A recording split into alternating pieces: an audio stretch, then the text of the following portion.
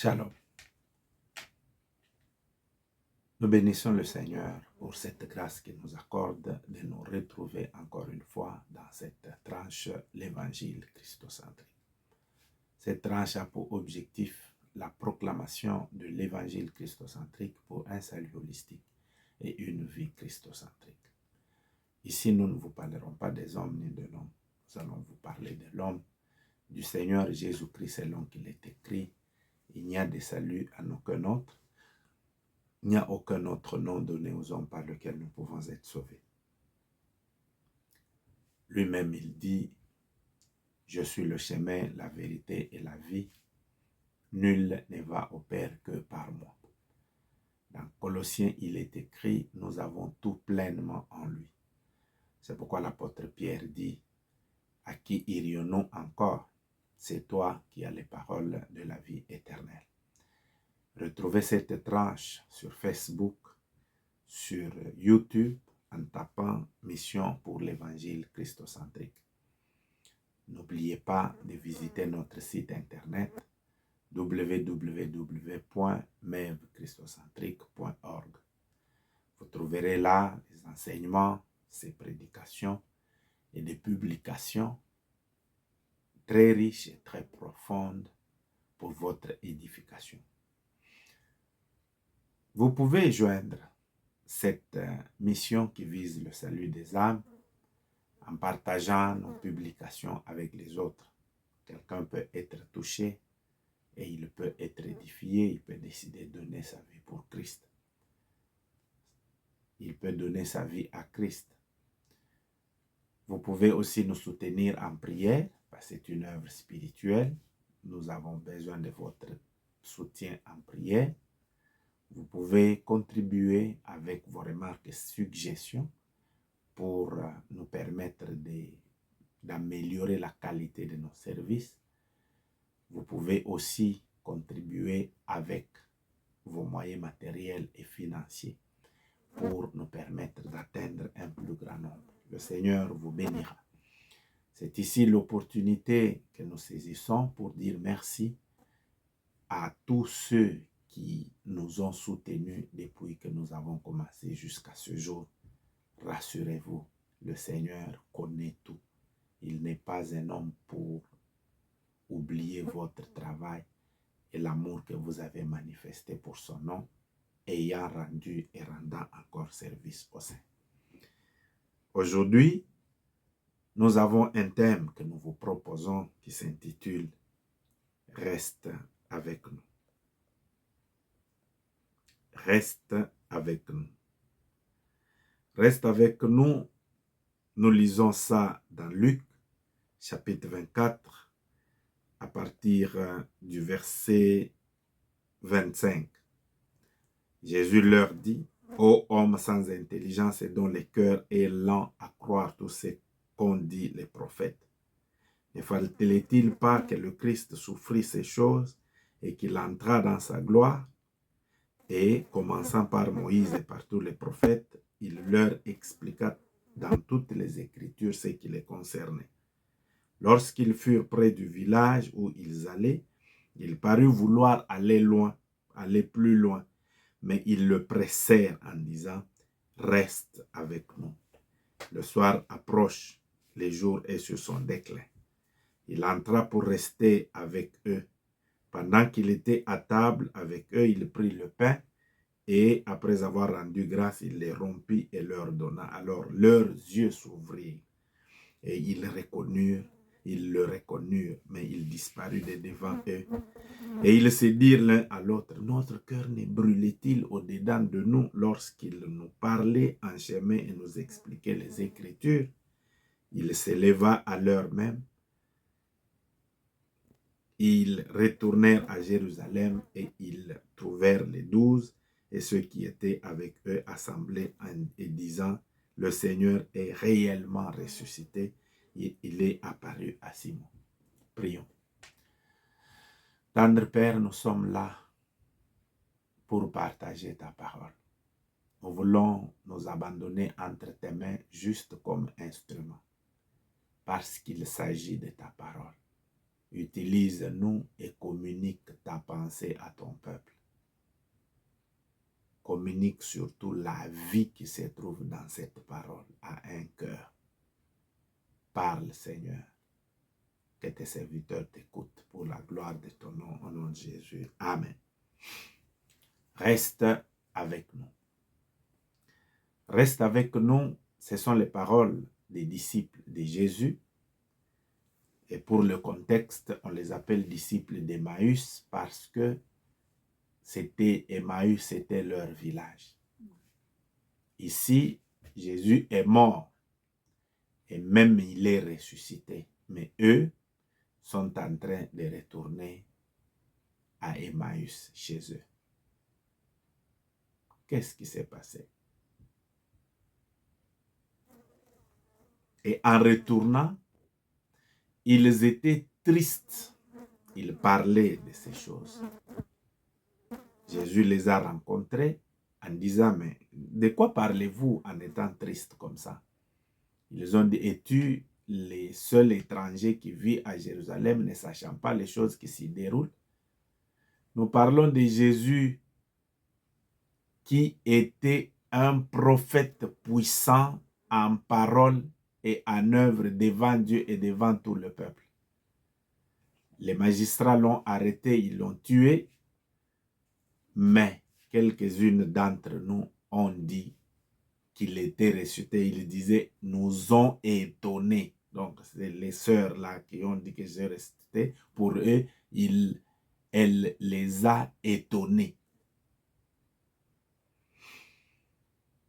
Remarquez bien, chers frères, avec moi, qu'il n'y a pas que eux qui retournaient déjà au village. On se demande qu'est-ce qu'est devenu leur foi. Même Pierre est rentré à la pêche. Où sont parties les paroles de Jésus? Et pourquoi ils sont étonnés quand on leur dit que Jésus est ressuscité, mais ils continuent à s'appeler disciples? Ce que moi je connais du disciple, c'est quelqu'un qui suit l'enseignement du maître. Maître avait-il parlé qu'il mourrait et qu'il ressusciterait? Si oui, pourquoi alors ils sont tristes? Logiquement, et surtout que les femmes leur ont dit que Christ était ressuscité, ça devait être un sujet de joie pour eux. Non. La vérité, c'est que la mort de Christ a créé une certaine frustration en eux. C'est comme si leur foi s'est arrêtée là. Là, ils retournent déjà chez eux. Mes amis, Jésus a commencé à leur expliquer. Mais ces choses devaient arriver. Lorsque vous remontez un peu plus loin, au verset 7, il est écrit et qu'il disait, il faut que le Fils de l'homme soit livré entre les mains des pécheurs, qu'il soit crucifié et qu'il ressuscite le troisième jour. Ce qu'il disait ici, ils sont en train de rappeler ce que Jésus avait déjà dit. Il l'a répété plusieurs fois que je mourrai, après 3 jours je ressusciterai. Il y a Matthieu chapitre 8 à 10, Marc 16, 8 à 11, Jean 23 à 10 et 3 à 11. Jésus, leur maître dont ils sont disciples là, ne faisait que leur répéter que je mourrai et je ressusciterai. Mais pourquoi lorsque cette parole s'accomplit, Jésus meurt, on dit même qu'il est ressuscité, eux ils s'étonnent. Et ils continuent à s'appeler disciples. Il y a un problème. C'est sur ce problème que nous allons parler aujourd'hui. Ce problème-là, c'est que Jésus-Christ, ils n'ont pas supporté son absence. Ils n'ont pas supporté son absence. L'absence de Jésus était quelque chose qu'eux ne pouvaient pas supporter. C'est ainsi que lorsqu'ils l'ont rencontré et qu'il leur parlait, leur cœur brûlait à l'intérieur. Lorsque Jésus est entré, il a rompu le pain, ils ont dit, mais c'est lui. Et directement, il a disparu de devant eux. Regardez, ils ont dit, reste avec nous, reste avec nous. Le soir approche, le jour est à son déclin. Reste avec nous. Et quand il est resté, ils disent, quand il était là, nos cœurs brûlaient à l'intérieur de nous, quand il nous expliquait les Écritures. Bien chers frères et sœurs, qu'est-ce que ce message veut dire? La vie chrétienne, la vraie, on ne peut pas la vivre seul, par ses propres efforts. La vie chrétienne est soutenue par la présence de Christ dans ta vie. C'est pourquoi je te supplie qu'en tant que chrétien, désire sa présence chaque jour et de manière permanente. Dis toujours à Jésus, reste avec nous. Tu vois quelques minutes qu'il est resté avec eux. La Bible dit, leur cœur brûlait lorsqu'il leur expliquait les Écritures. En d'autres termes, la présence de Jésus-Christ dans leur vie, c'est la meilleure chose qu'ils puissent expérimenter. Autrement, ils veulent dire à Jésus que quand tu étais avec nous là, nous ne pouvons pas t'expliquer le bien que ta présence dans notre vie faisait. Mais lorsque nous avons constaté que tu n'es plus là, même la foi, elle est tombée. Même la foi, elle est partie. Tu n'as pas remarqué? Nous sommes déjà en train de rentrer chez nous. Pierre est retourné à la pêche. Sans toi, tout ce que tu as construit en nous là, ça s'écroule. Et ils avaient raison. Bien-aimés frères et sœurs, la vie chrétienne sans la présence de Christ, tu deviens vraiment comme tout autre païen. Tu vas faire les choses que les païens font. Pourquoi? Parce que Christ n'est pas là. C'est pourquoi chaque jour que tu t'élèves, tu dois développer cette intimité. Tu dois cultiver cette intimité avec Jésus-Christ dans ta vie, qui te rassure qu'il est là, qu'il soit là. Pourquoi ils le disent? Quand ils vivaient avec lui dans la chair, la présence de Jésus était tout ce qu'ils pouvaient désirer. Parce que lorsque le vent s'élève, ils pouvaient aller auprès de lui et lui dire, Maître, ne t'inquiète pas, ne t'inquiètes-tu pas de ce que nous périssons? C'est parce qu'il était là. Plus d'une fois, j'ai lu que quand il était là, ils ont souffert à ramer et lorsque Jésus est entré dans la barque, le vent cessa. Moi, j'ai une question à te poser. Est-ce que dans ton mariage, est-il là? Est-ce que dans tes affaires, est-ce qu'il est là? Est-ce que dans ton ministère, est-ce que Jésus est là? Est-ce que dans tout ce que tu fais, est-ce que Jésus est là? S'il n'est pas là, il est le temps que tu le supplies comme ses disciples avec instance. Reste avec nous. Ne nous délaisse pas. Ne va pas loin. Nous allons tomber. Ne va pas loin. Lorsque les problèmes nous arrivent, nous ne savons à qui aller. À qui irions-nous encore? C'est toi qui as les paroles de la vie éternelle. C'est pourquoi même les disciples ne l'ont pas quitté lorsque les autres sont partis. Ils ont dit quoi? Nous te quitter pour aller encore où? C'est toi qui as les paroles de la vie éternelle. Et ils ajoutent, nous avons cru et nous avons connu que tu es le Christ, le Fils du Dieu vivant. C'est pourquoi je nous exhorte. Et c'est la vérité. Désire que Christ soit avec toi de manière permanente, qu'il demeure avec toi. Pourquoi nous le disons? Dans Psaume chapitre 91, Psaume chapitre 91, Psaume chapitre 91, il est écrit, c'est lui qui demeure à l'abri Très-Haut repose à l'ombre du Tout-Puissant. Alléluia. Et ça, j'aime. Celui qui demeure à l'abri du Très-Haut repose à l'ombre du Tout-Puissant. Parce que quand ils disent que le soir arrive, c'est parce que le soir vient avec beaucoup de choses. Tu ne craindras ni les terreurs de la nuit. Tu ne craindras ni la contagion qui frappe en plein midi, ni la peste qui vole en pleine nuit dans les ténèbres. Donc la nuit apporte beaucoup de choses.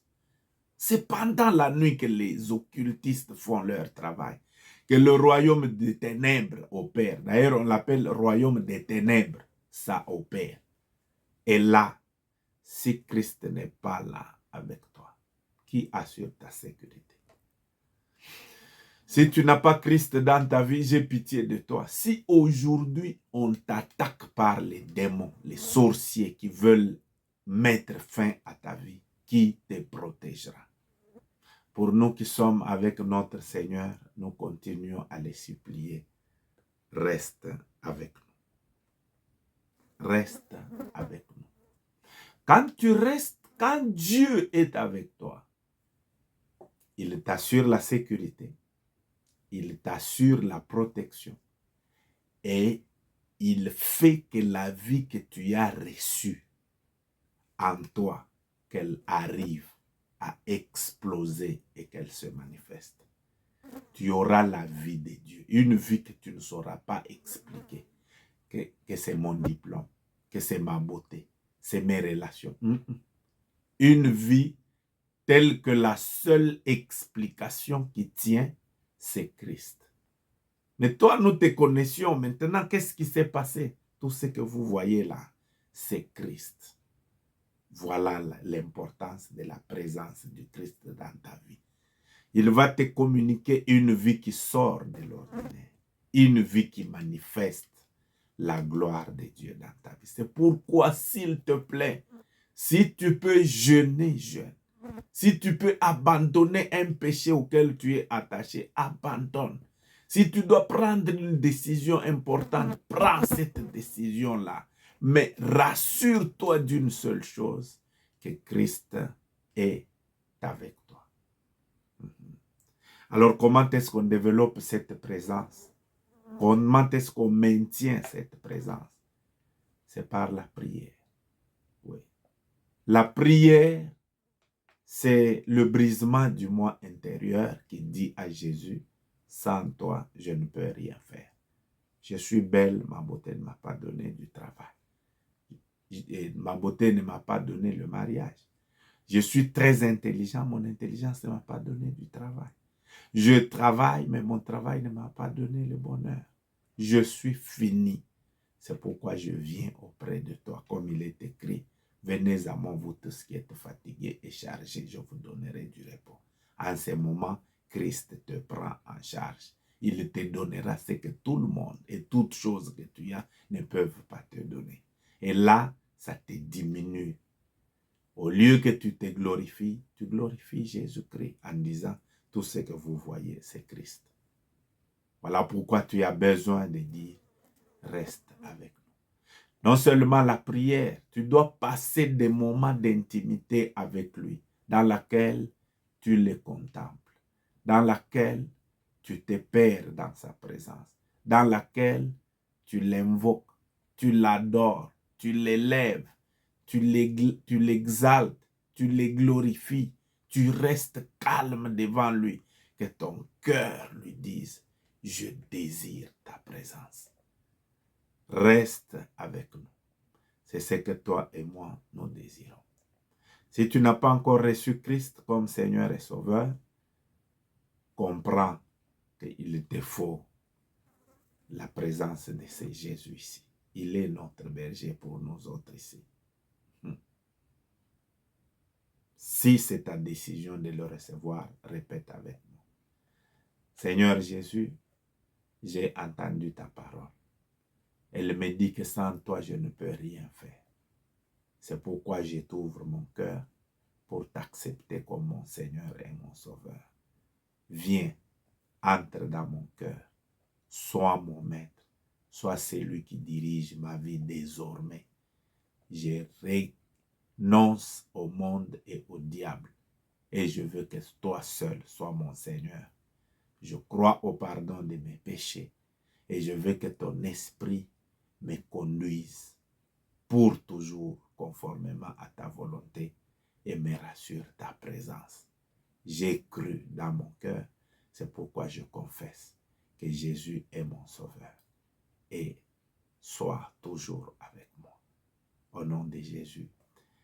Que le Seigneur vous bénisse. N'oubliez pas de visiter notre site internet comme je vous ai dit.